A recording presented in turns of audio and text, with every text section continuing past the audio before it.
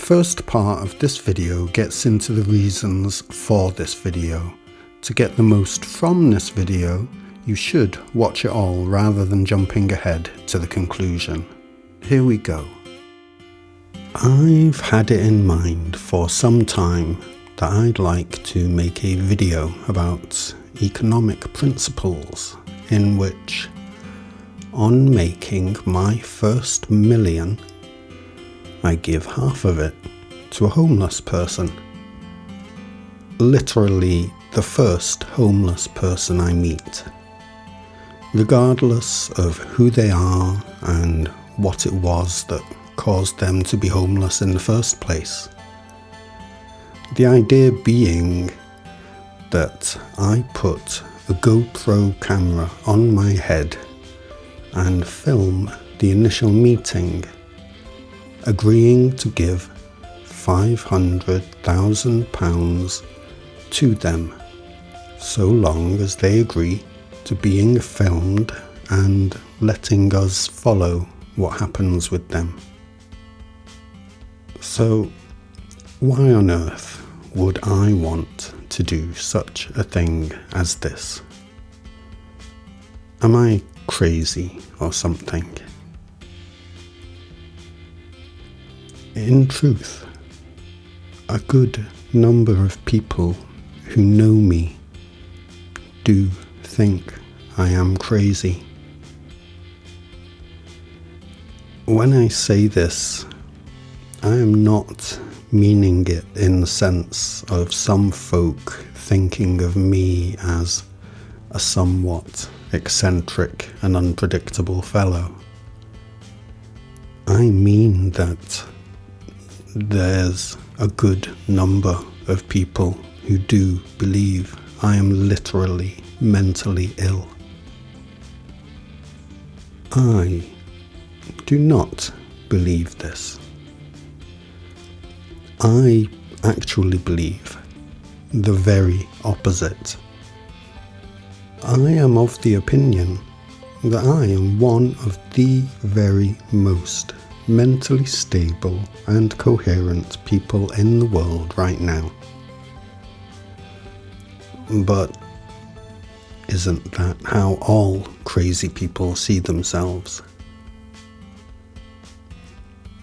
So, let me tell you why I would want to give half of my fortune away to some homeless stranger.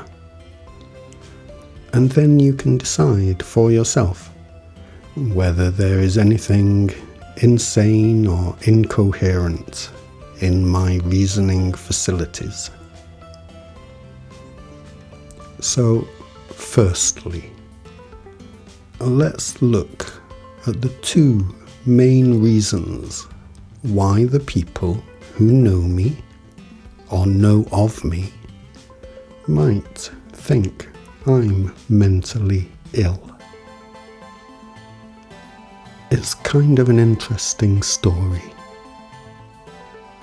Back in 2019, I watched a video online about the definition of the word number. And I was completely shocked to discover that the general consensus amongst the most widely respected mathematicians of the world is that numbers are not objective. Before watching the video, I did not know this, and I suspect that most everyday people do not know this. I mean, that's why the maker of the video in question even bothered to make it in the first place. I suspect that if one was to run a survey on whether most people think numbers and mathematics are objective or subjective, the majority of people would say they are objective. Why else would it be that they can be used so reliably all around the world by anybody and everybody who wants to use them. The reason, according to the video, that our mathematicians believe numbers are subjective is because our mathematicians believe that physical objects are objective and that numbers are subject to the objectivity of physical phenomena. I thought about this for some time, and I came to the conclusion that this is a mistake. It's just wrong. And it can be shown to be wrong for very simple and easy to explain reasons. The basic rules of maths do not change. This is why they can be used so reliably. While the physical world is always inherently in a state of perpetual relative change. That which does not ever change cannot be subject to that which is always changing. While the physical world that is always changing, it is specifically always changing so that it remains in agreement with the rules of mathematics that do not change and can't be broken. Now, the logic of what I have just said is crisp and clean and coherent. There's really nothing in there to argue with. But it definitively contradicts the prevailing consensus opinion of the mathematicians of the world. And it is this that has caused me to think more and more deeply about what is actually true about reality versus what we humans say is true about reality. I say that there are some fundamental truths of reality that always remain true and cannot ever be broken, and that all of the physical reality we observe and experience is forever changing in order to remain in agreement with these foundational truths that cannot ever change or be broken. This makes sense to me. This makes sense to me because it does actually make sense. Not only does it make sense, but it is demonstrably and self-evidently true. And this, ironically enough, is the first reason why some people believe I have mental health issues. Because I claim to have solved existence. I do claim to have solved existence. Not because I have some form of mental health problem, but because I have very simply and cleanly solved existence. My explanation for the existence of existence is that there are simple and fundamental objective truths that are always true. Truths that are literally existentially incapable of not being true. anywhere, at any time, in any way. The very simplest of these truths are very easy to identify and verify. And I do this in a good number of the videos I have been posting online for the past 5 years. Now, when we are talking about mental health issues and what they are, when we are talking about what qualifies as sane and what qualifies as insane, what qualifies as sanity is being coherent with what is true about reality.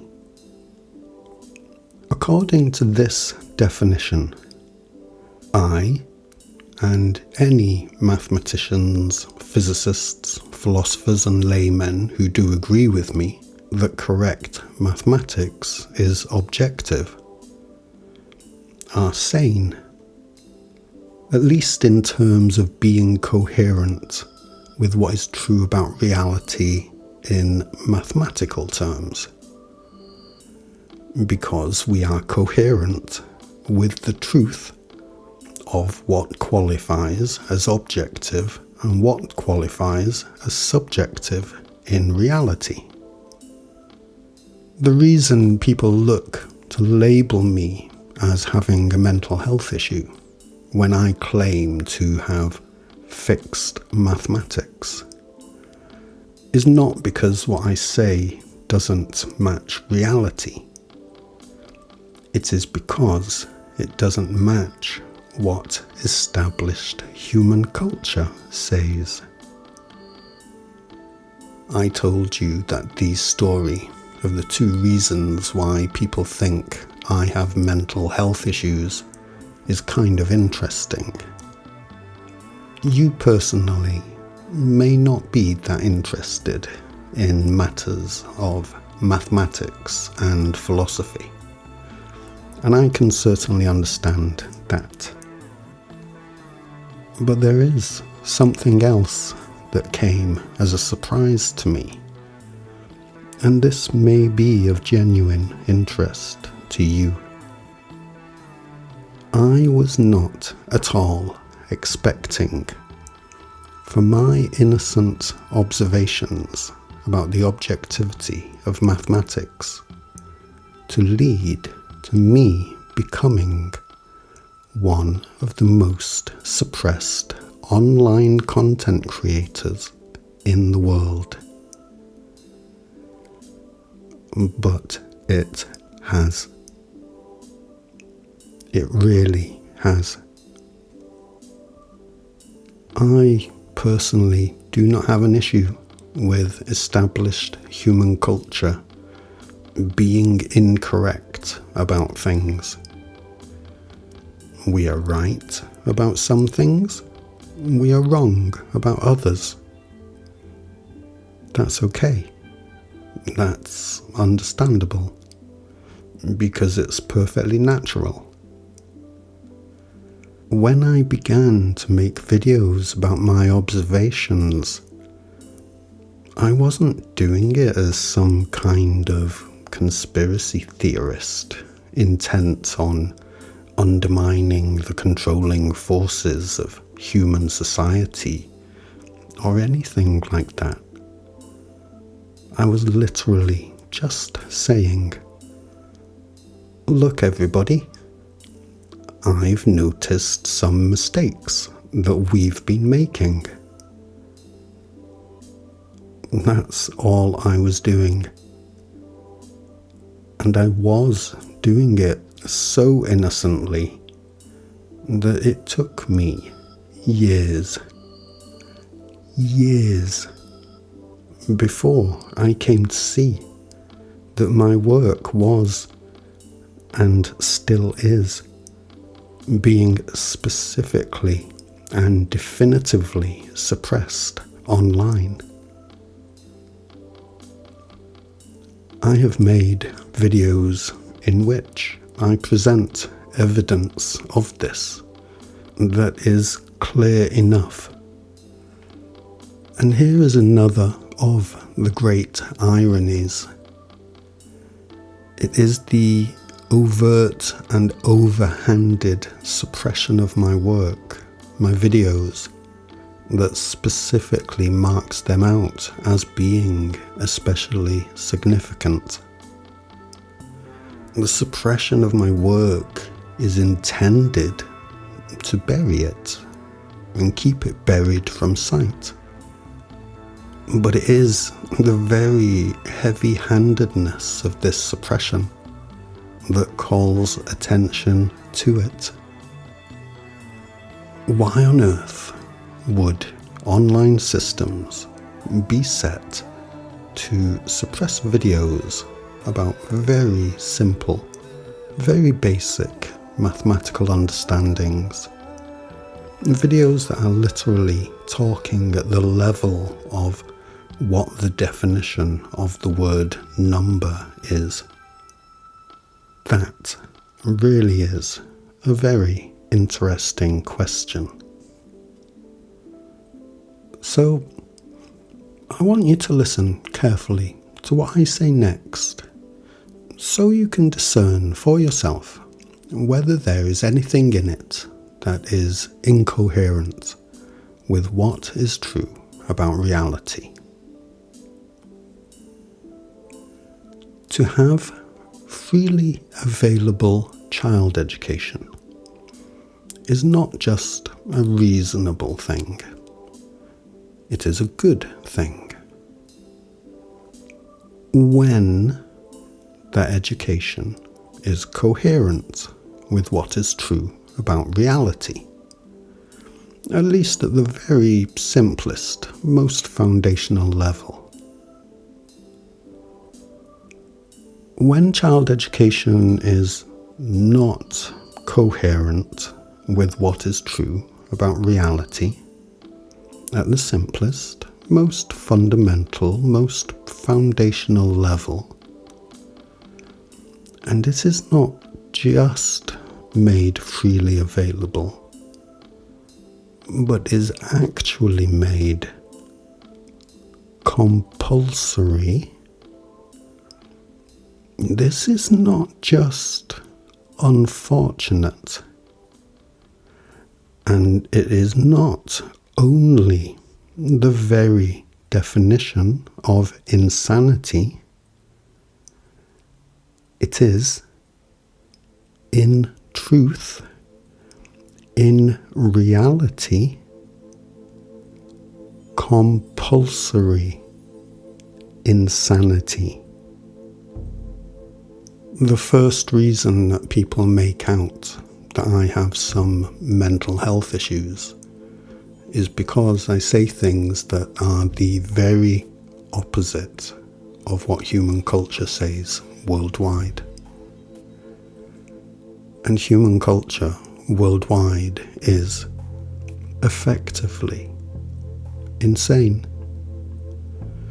Not for any inherently bad reason, but only because it was built on top of simple foundational errors and is now heavily invested in its own furtherance, its own continuation.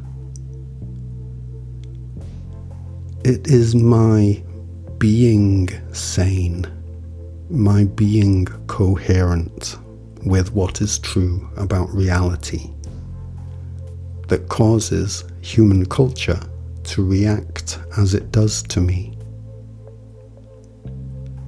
Rather than pointing at me and saying, "Stay away from that one, he's crazy," it would be far more coherent to say, "Stay away from that one, he's got a nasty case of sanity."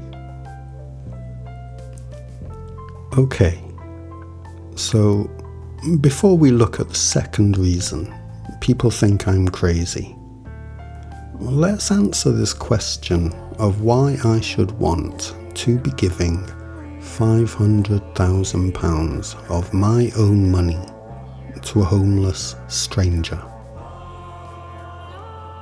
Doesn't this in itself make me crazy? It doesn't make me crazy. It only puts me in the minority. I only have a nasty case of sanity, which only tends to reflect the craziness of the majority back to itself. And for understandable reasons, I tend to get very little thanks for this. What is it that our schools of economic theory teach us? Well, they seek to teach us how to make money, how to become wealthy. They teach us how to make money and then use that money to make more money for ourselves. Okay, fair enough. And what do they teach us to do when we have become wealthy enough? What? And what do they teach us to do when we have become wealthy enough?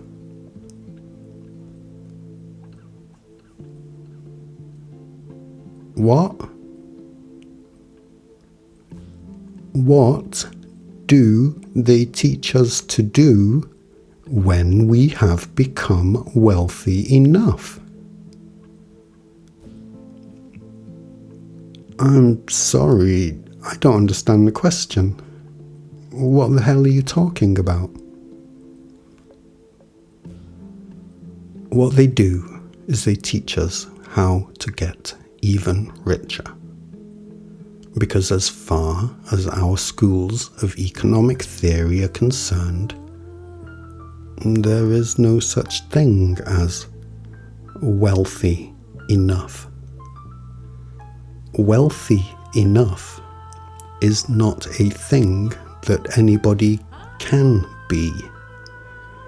It is not a state that even exists. So how could it be incorporated into economic theory? The reason I should be wanting to give £500,000 of my first million to a homeless stranger is because I choose to operate by an economic principle that I came up with myself, and which I call excess economy. The principle of excess economy is the answer to that question of what one should do when one actually has become wealthy enough. And the answer to the question of what one should do when one has become wealthy enough is give the excess to somebody else who needs it.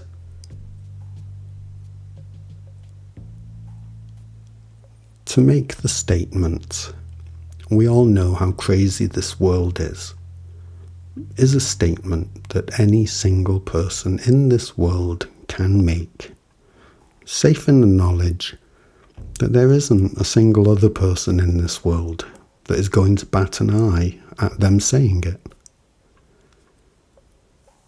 So look, I'm saying it. We all know how crazy this world is, and I simply don't wish to join in with the craziness. I am a simple man who finds his sanity in the simple truths of reality. I know I will be much happier having 500,000 in my bank account and giving 500,000 to some poor person who doesn't even have a roof over their head than I will be having $1 million in my account and keeping it to myself. And my own personal happiness means a lot to me. I'm very selfish in this way. The prevailing attitude in this crazy world of ours is, we all know how crazy this world is, and it would be absolutely crazy to not join in with it. And I disagree. This is why I am willing to assert that there are mathematically objective truths about reality, because I know it is true. And I know that being coherent with what is true about reality is what sanity is. Human culture does not recognize the simplest truths of reality. Human culture actively, purposefully suppresses the expression of the simplest truths of reality. I know this from first-hand experience. This means that human culture cannot be coherent with the simplest truths of reality, which effectively makes human culture insane. My choosing sanity in the face of a world that is choosing insanity makes me look insane in the eyes of that world. But it makes me happy.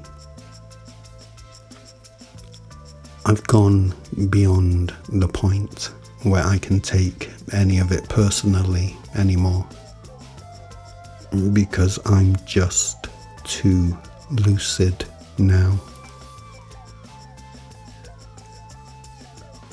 Okay, so this brings us to the second reason why people who know me or know of me tend to think I have mental health issues.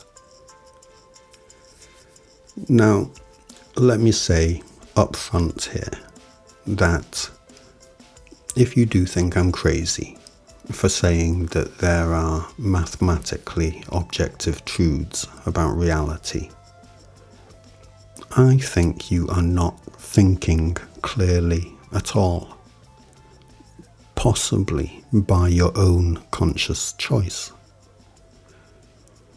If you think I'm crazy for wanting to give £500,000 to a homeless person, well, maybe that's a little more complicated an issue. I suspect you get where I'm coming from, and probably think of me more as naive rather than as having an actual mental health problem. If, however, after I explain the second reason people have for thinking me mentally unstable, you find yourself agreeing with them wholeheartedly, I will actually understand completely. This one is not nearly so cut and dried as the other two. Far from it, actually. All I can do, really, is encourage you to bear in mind how coherent I have been in all I have said so far. By my own appraisal, I have already shown myself here to be far more coherent than human culture in its entirety has been in all its remembered history. And so I'm asking you to consider that and at least hear me out to the end. Okay.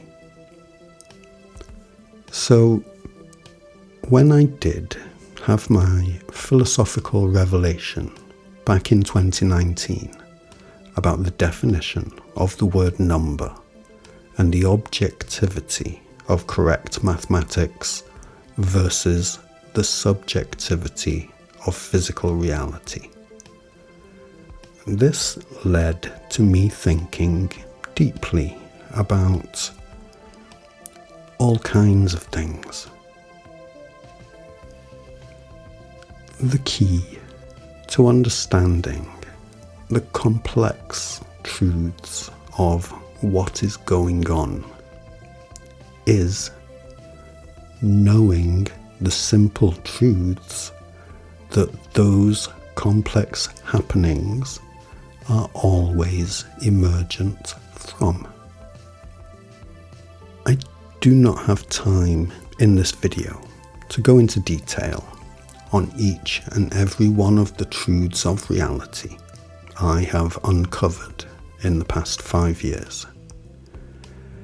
I have been going into detail on them in the videos I have been making for the past 5 years. The videos that are online and freely available for anyone to watch, but which are suppressed online. So very few people have watched them. What I will do here is list some of the most significant truths of reality I have uncovered, every single one of which contradicts the established wisdom of contemporary human culture. Then I will tell you the second reason why people believe I have mental health issues. Okay, so here comes a list of some of the truths I have uncovered. As I say, every single one of these directly contradicts established human wisdom at this time. Here we go. I will start with the true definition of the word number. A number represents the objective quantity of a subjective quality.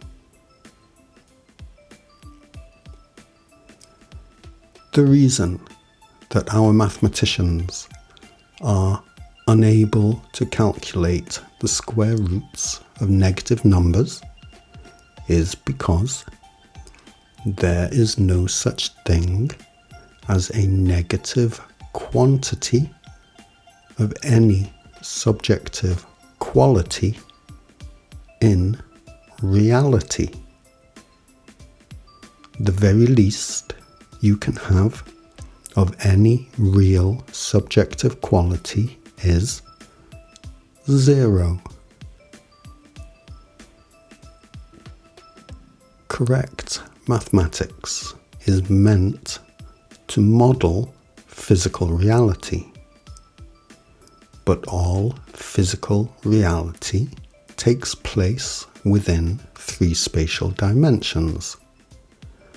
So only mathematics that uses a 3-dimensional working space can accurately model physical reality.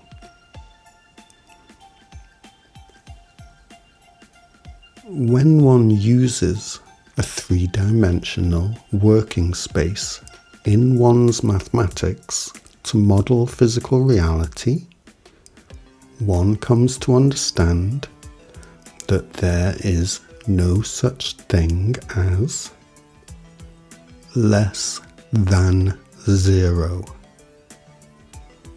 Only a 0 point of equilibrium from which extends infinite polar qualities that are all positive inversions of each other.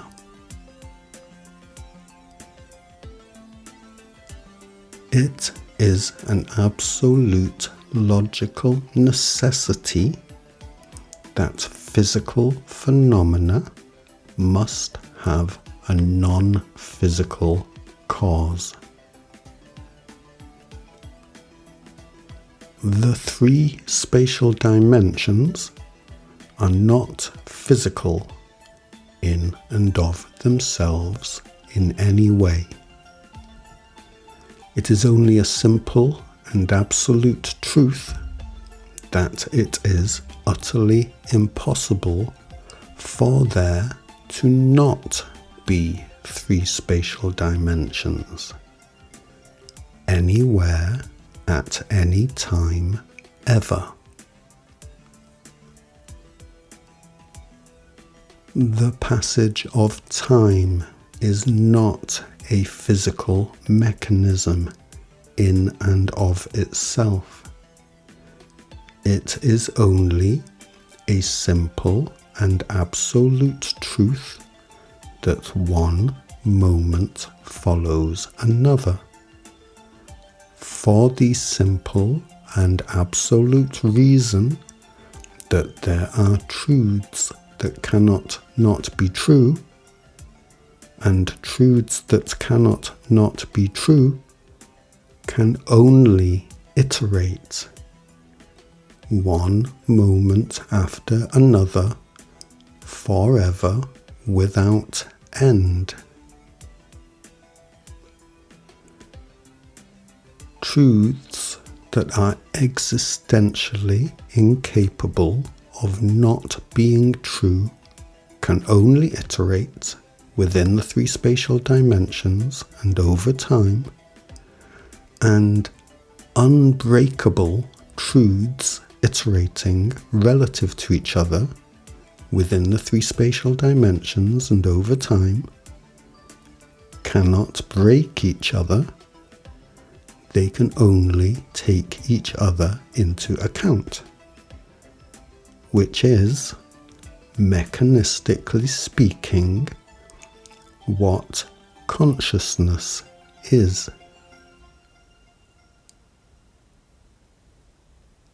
The relative iteration of unbreakable truths within the three spatial dimensions and over time results in contrasting qualities, and the iteration of contrasting qualities relative to each other is the very definition of what physical phenomena are.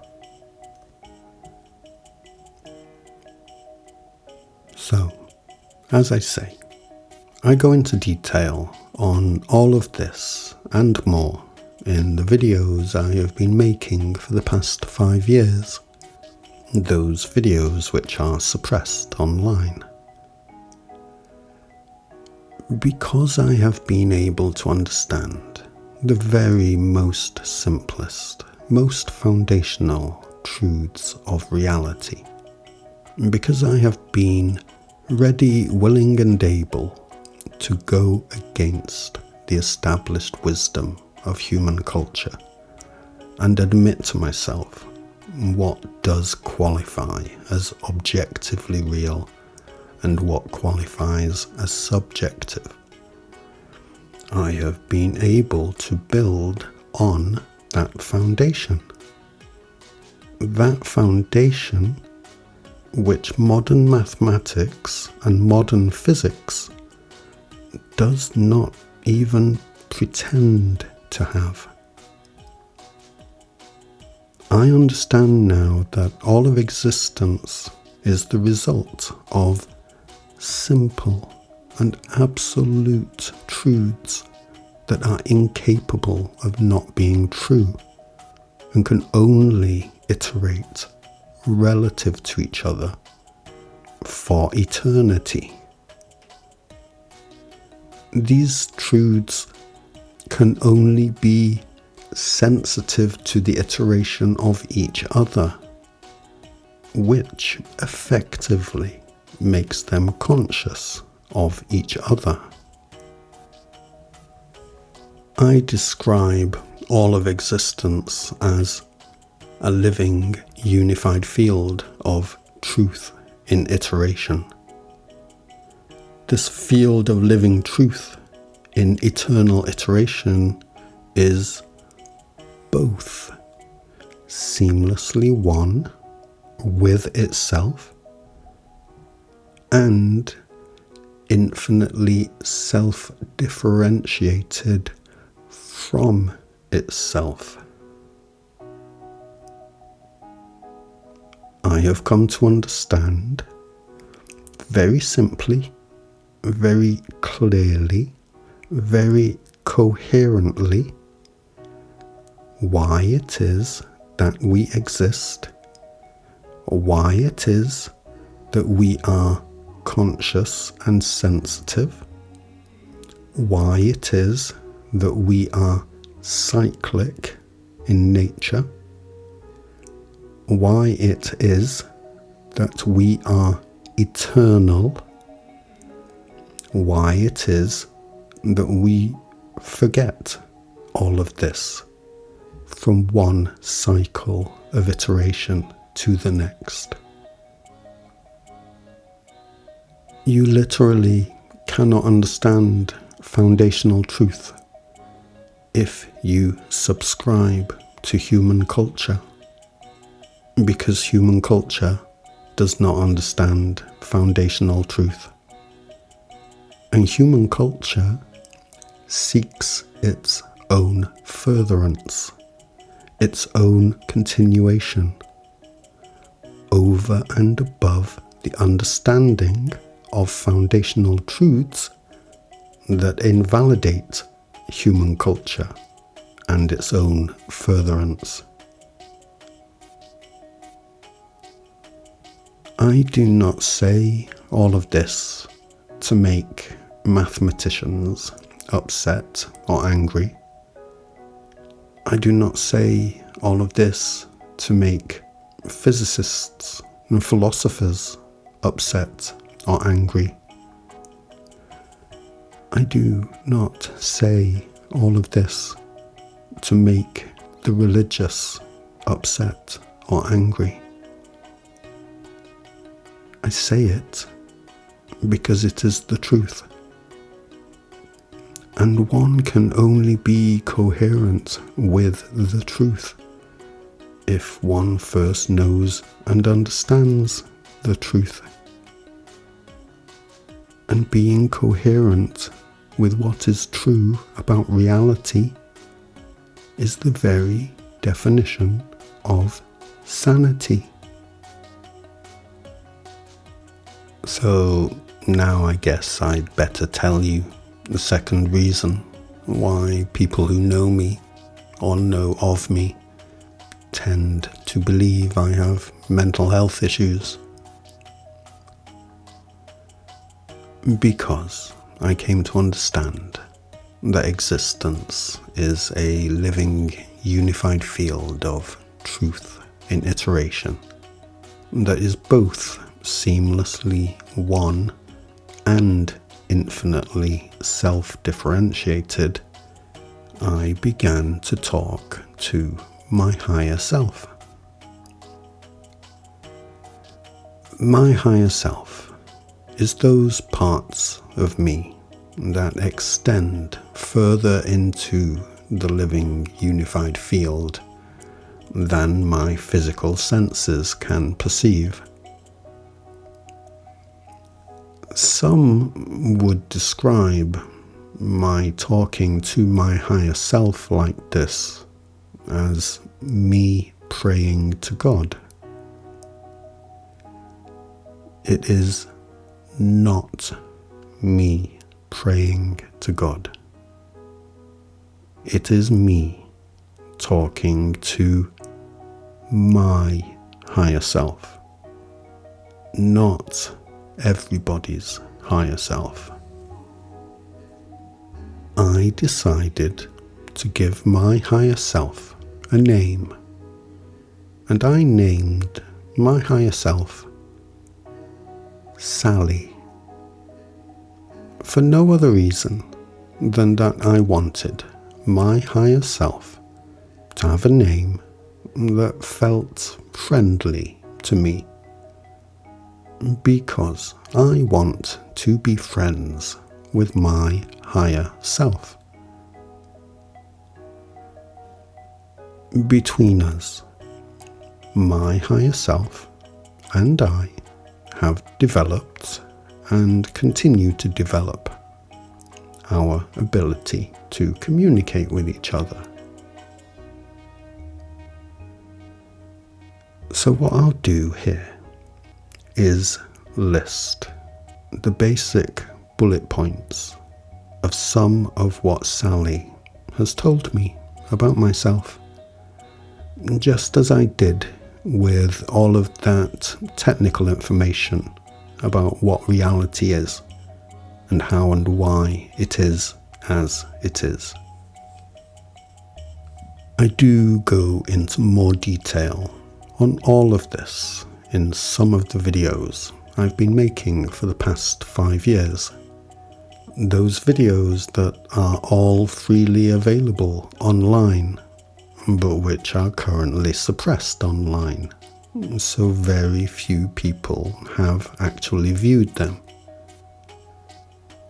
Here come the bullet points on this. The second reason why people who know me or know of me tend to think I have mental health issues.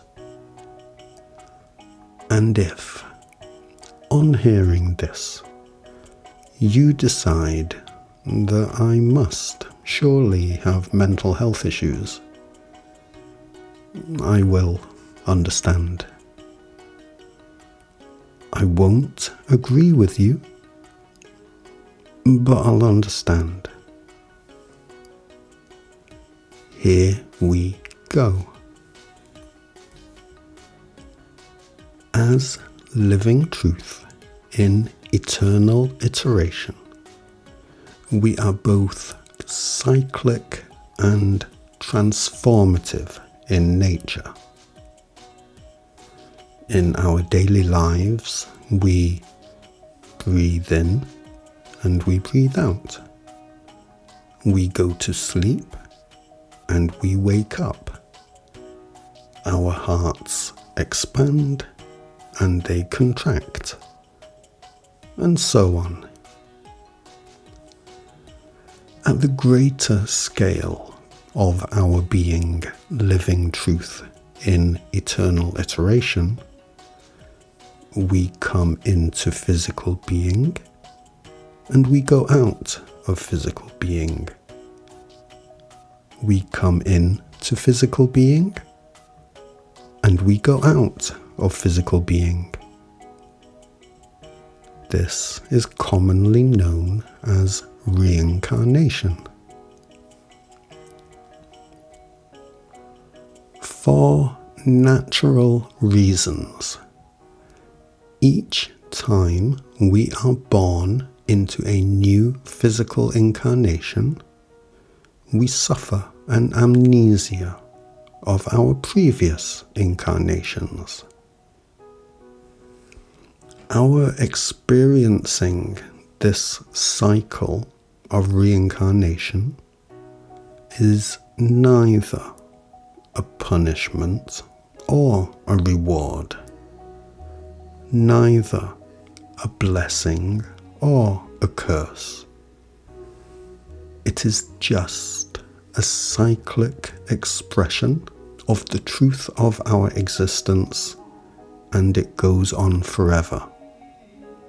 Though the forms we take on are always transforming. Our experiencing amnesia of our previous incarnations is also neither a punishment or a reward, but only a natural and unavoidable result of our own unstoppable expansion as living truth in perpetual iteration.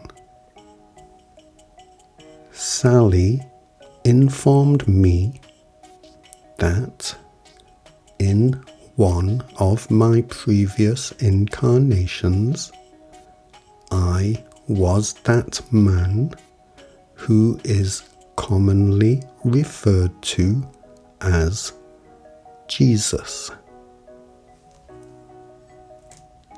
In that incarnation, I was just as much a standard human being as I am in this one. I did not say that I was the Son of God.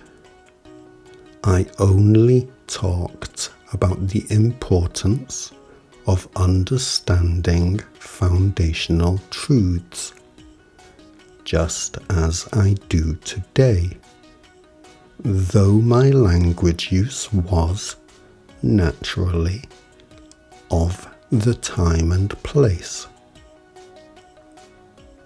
I was executed for the things I said and for the following that grew around me, but I was not executed for saying I was the Son of God. I was executed for the very opposite reason. I was executed for being a heretic who refuted the teachings of the Old Testament.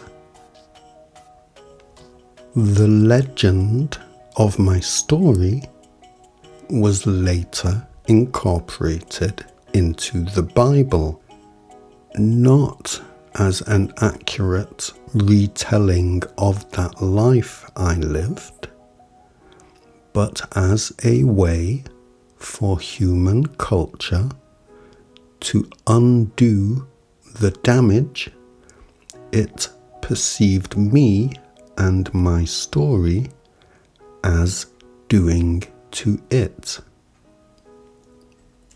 I am returned today for the same reason we are all returned. We are cyclic and transformative in nature, and returning in a different form each time is just what we all do.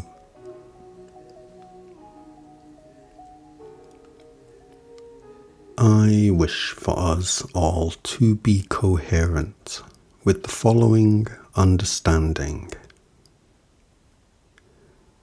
that which is eternal in nature is only truths that are absolutely, existentially incapable of not being true. This absolutely means that they have always been true, and they always will be true. That which is eternal in nature is eternal in nature because it has no choice, zero choice, but to be eternal. It never became eternal in nature, and it can never stop being eternal in nature. If it could, then it would not be eternal in nature. We are the eternal, not through any inherent virtue of our own, and not through any fault of our own. We just have no choice about it whatsoever. It is true that love is the optimal way to proceed in life, but not because of a spiritual hierarchy that demands it, not because everlasting hellfire awaits those who do not achieve it, but only because we live forever without end together, and we are forever sensitive, forever conscious of being sensitive, which means that we can only ever wish to feel better rather than worse. For all eternity, we are here through no fault of our own. And as eternally sensitive beings, we only ever wish to feel better rather than worse.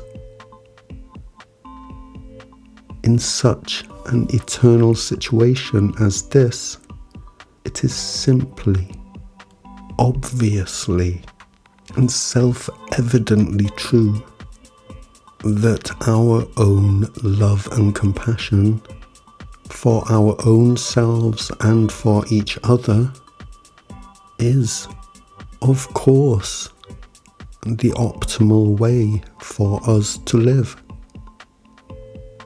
Because we all only wish to feel better rather than worse. Our own higher selves know this full well. And although we, at our human level, suffer amnesia and can appear to forget it, it is an innate knowing within us. Human culture is only the very terrible and awful thing that it most assuredly is, because we arrived here together as amnesiac children, and there were no adults waiting for us here who could explain these things I am explaining now. Just as we experience amnesia as individuals each time we incarnate at the scale of a human being, so too did we experience amnesia at the scale of the human race as a whole when we first entered into the experience of being the human species. Because it is the same truths that iterate at all scales. We are the eternal. We are cyclic and transformative in nature. And one of the recurrent cycles we go through is that of forgetting and remembering who and what we are. Each time we expand to take on a new form, we cannot help but forget. And we always remember who and what we are. Eventually. Our amnesia can often be a hellish, transitionary experience for us. But when we have come into remembrance of ourselves, that's when our children arrive here to be met by true, coherent adults. Adults who understand the importance of love. Adults who can tell them from the first day of their arrival that they are, and always have been, and always will be, the eternal. And this is what leads to our heaven on earth. Our heaven on earth is the one we create for ourselves together. Just as we created the hell on earth that is human culture as we have known it so far and know it right now together. The same old truth of human culture, which is not the truth at all. It is not just what we have been taught by our compulsory education systems and our religions. It is not just what we are taught by our schools of economic theory and our political ideologies. The same old truths of human culture, which is not the truth at all, is given to us by all of our human culture. Our conspiracy theories are the same old conspiracy theories, and our contemporary spirituality is the same old spirituality. Our truth seekers are truth seekers for the very reason that they do not yet know the truth. And many of our light workers still talk of God and angels because they do not have the proper vocabulary yet to name that which actually is coherent with what is true about reality. I am not critical of any of us for this. We have done the best we could in the face of being raised by a collective humanity that has not known the truth of our reality. And who shall criticize anybody for doing the best they could with what they had to work with? We do not need to be critical of ourselves. See what remarkable things humanity has achieved despite only having hacks to work with.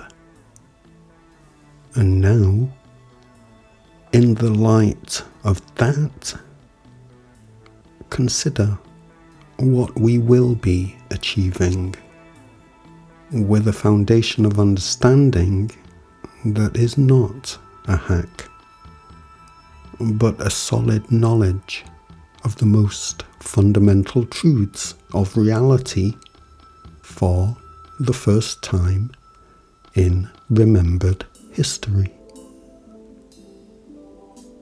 My name is Yanto, and while it is true that I am but a humble home hobbyist, and more than pleased to be so, I will tell you now that as a Jesus returned, I am not the disappointment you may at first take me for. I truly am as remarkable as we would wish for me to be. I am just not remarkable in the ways human culture paints my archetype to be. I tell you this not to step all over my claim of being a humble home hobbyist, emphasis on the humble here, but because we need somebody to tell us this, and I'm pretty much the only one qualified right now to tell us this. Let me say again,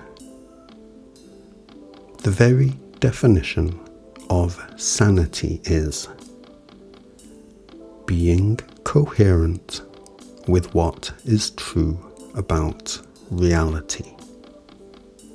What I explain at the technical level about our existence being a living unified field of truth in iteration, it is utterly coherent. It is so coherent that it cannot be argued against, not by anybody who wishes to say coherent things while they are arguing against it. The only possible reason for existence is that there are truths that are literally, existentially incapable of not being true. And if this understanding is not a part of your understanding of existence, then you do not have the beginnings of an understanding of existence. What I explain about my having been Jesus, yes, this can be argued against. I accept that. I would only say that my claim that I was him can no more be used as evidence of me having mental health issues than believing in Jesus and believing in God can be used as evidence that all Christians have mental health issues. I am the sanest, most coherent person you are likely to know of right now.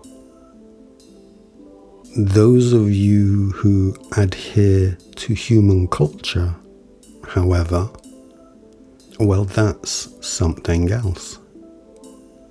Each and every person who subscribes to their own preferred subculture within human culture as a whole sees their own preferred subculture as either being fully coherent with reality, or at least significantly more coherent than all of the rest. And this is a form of blindness. Let me ask you, when I say that compulsory child education is a bad thing, does that sound like a crazy idea to you? Let me ask you this. How can it sound insane to you that compulsory child education is a bad thing? Even if our education was correct, coherent with what is true about reality, in other words, sane by the very definition of the word, even if our education was sane, it would still be a bad idea to make it compulsory. Do you remember from your history lessons the date when your country made child education compulsory? Do you remember that date being emphasized?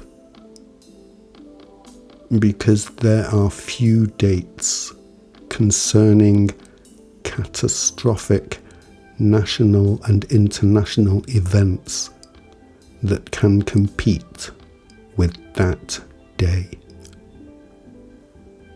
Freely available child education? Yes, of course. Freely available child education.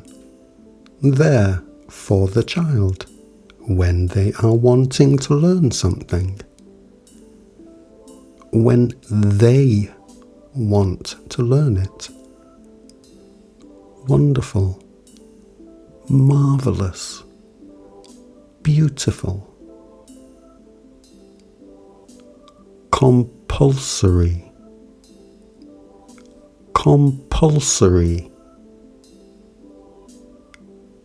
Get the fuck away from my child with your compulsory. Your compulsory is a human rights violation I did not ask for and did not vote for. And your compulsory is a child abuse I will protect my children from.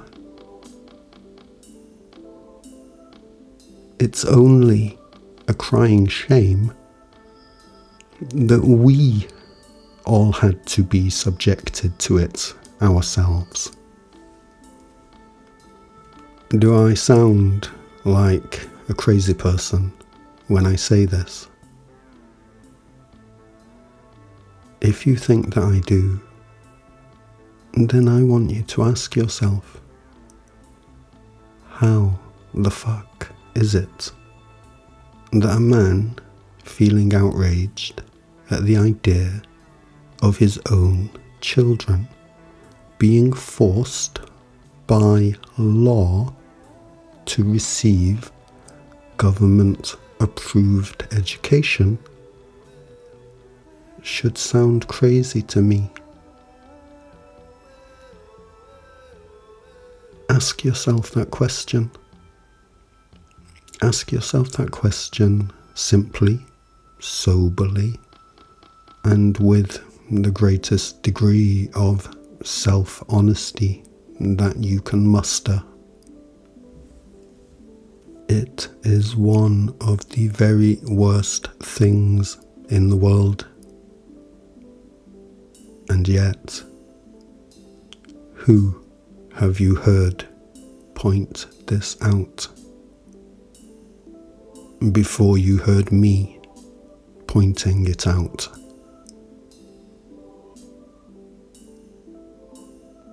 One final question for you.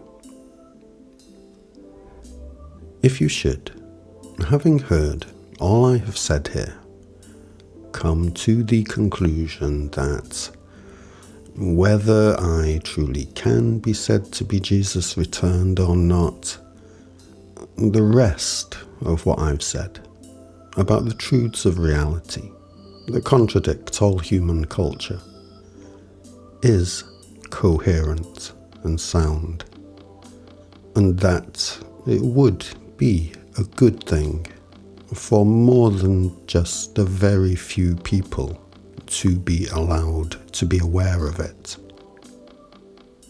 How can this even happen? On the homepage of my website, there are videos that show some of the ways in which all I have said here is suppressed online. The comments sections under my videos were alive with discussion only a few years ago. These days, I do not get to see on my screen most comments that are left for me, which means, of course, that I can't reply to them. There is virtually no discussion under my videos anymore, but it is not because my viewers don't try, and it's not because I don't try. In order to post this video, and hopefully not have it be suppressed, I have had to set up a new channel here, using an email account I am not associated with, on a laptop that I am not associated with, via an internet connection I am not associated with, and without posting any direct links to my website or my other videos in the description. These are the measures I have had to take for this one video. And I hope you'll understand why I used a clickbait title to try and maximize the reach of this one video.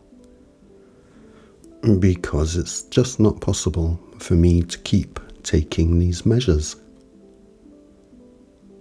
I really don't mind if you don't think I'm Jesus returned. I don't mind one bit. It's a triggering subject I don't especially enjoy talking about, but I do talk about it for the sake of full transparency. Those of you that would like to see the coherent truths of reality I talk about reach more people, it would be good to share this video. But if you do, go to my website to view the material I have produced over the past 5 years. I highly recommend you do so from a computer you're not associated with, and download the videos you want to watch so that you can view them and share them offline. I'm hoping that at some point my work will come to be promoted and championed by people who have platforms that are already too large and well established to be effectively suppressed. I do trust that this will happen, but I don't know when that will be. In the meantime, I remain the simple man I am, and I do not worry about the details of how the inevitable will unfold. Just as we always experience amnesia, so too do we always resurface from it. We've done this countless times before. I hope you will share this video, and I welcome any conversation with you in the comments section. I've been quite starved of that for quite some time. I'll leave you with one of my songs. When I'm not making videos like this, I mostly like to play board games and do creative, artistic type things, like writing stories and songs.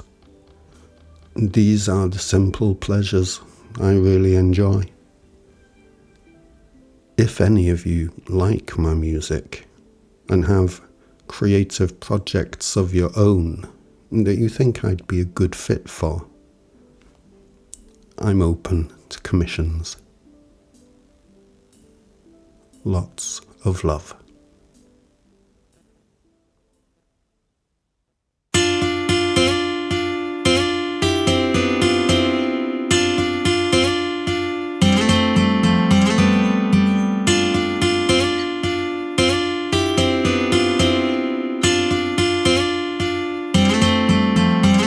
Yeah, the world is gagging for a little truth, so I post my videos just for you. But the world is afraid of a little truth, so they get suppressed. Oh yes, you know they do. And we go round and round, we go round and round. We really want to change, but it has to stay the same. We go round and round, we go round and round. We really want to change, but it has to stay the same.